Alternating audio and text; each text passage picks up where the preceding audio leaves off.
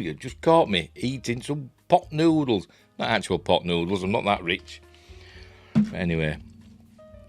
Hey up, it's Steve from that old Yorkshire geek. Bit of Blade Runner news. Hence the pot noodles, because he liked his noodles, didn't he? 2 and 2, 4. Harrison Ford finally settles the biggest debate in sci-fi history. All those arguments will be lost like, well, you know. This is from Inverse, as usual. Links in the description down below. And don't forget, like and subscribe, share the videos, drop a comment, hit the notification bell if you're subscribed already. I'm also on Rumble and Spotify and Amazon Music Podcasts and Google Podcasts. What else? You can also find me on Twitch when I'm doing my live streams, and Rumble as well, and YouTube, obviously. You can also get in touch on Facebook, Twitter, and Instagram. Links are in the description. Links for my 2 books are in there as well. They're down there. They're underneath something. Right, so let's get into this story. As I said, Harrison Ford finally settles the biggest debate in sci-fi history. I knew what it was. Well, I guessed what it was before I read it, but here we go. By the way, full disclosure, I'm not the biggest Blade Runner fan in the universe. I do like it. I like the ease, the ambience of the movie. That's an ambience video that somebody's done on YouTube. And obviously, Douglas Trumbull's effects are amazing. Vangelis's soundtrack is amazing. But the rest of it is just a bit meh, to be honest. I've never been wholly, taken with the story. But as something to put on in the background, it's amazing. It's amazing. But as I said, anyway, at last we can finally put all debate about Blade Runner to rest. In a new video, I've watched Blade Runner, 2 words, or just 1 word, Blade Runner. I know it's officially 2 words, but I don't know. I'm sure I've seen it as 1 word somewhere, in a book or whatever. Does it matter? In a new video interview with Esquire, the magazine asked Harrison Ford about many facets of his new career, including his recent jump to the Marvel Cinematic Universe in Captain America New World Order, where he'll be playing, Thunderbolt Ross, General Ross. Or is it Senator Ross now? I think he's Senator, isn't it? Anyway, whatever. The role previously played by William Hurt, who passed away. But, they recast him, didn't they? Didn't recast bloody Black Panther, did they? Never mind.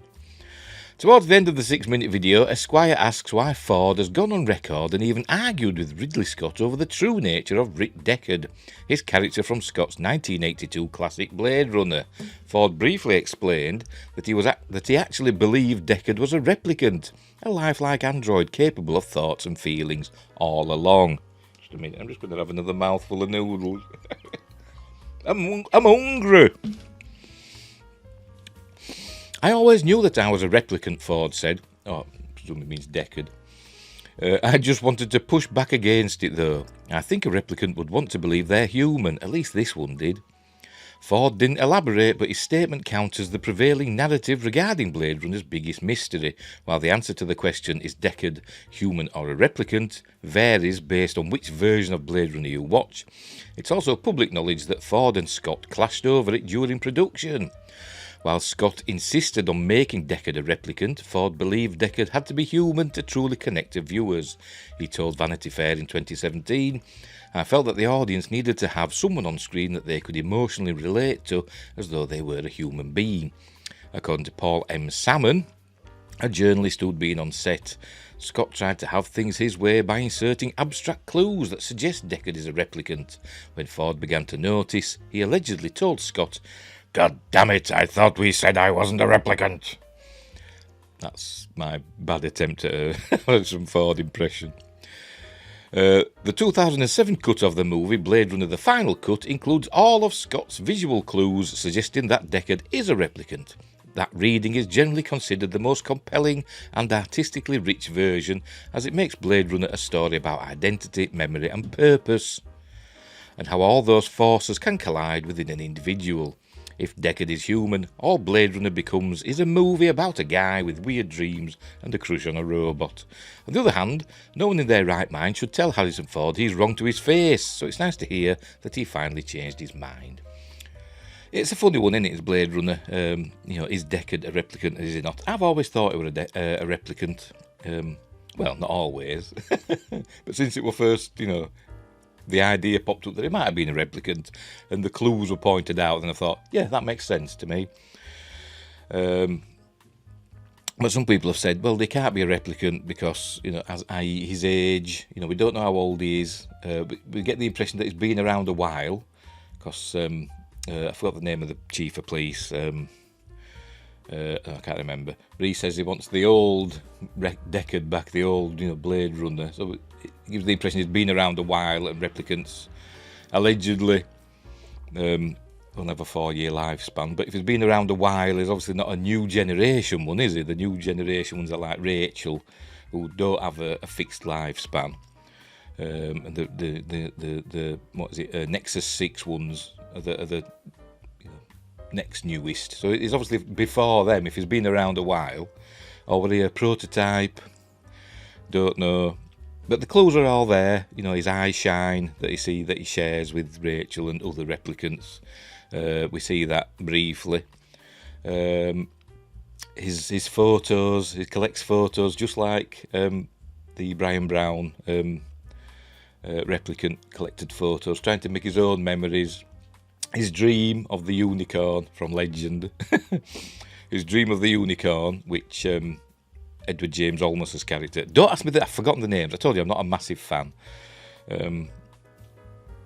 His dream, obviously Edward James Olmos leaves the origami unicorn. How would he know about that if Deckard wasn't a replicant?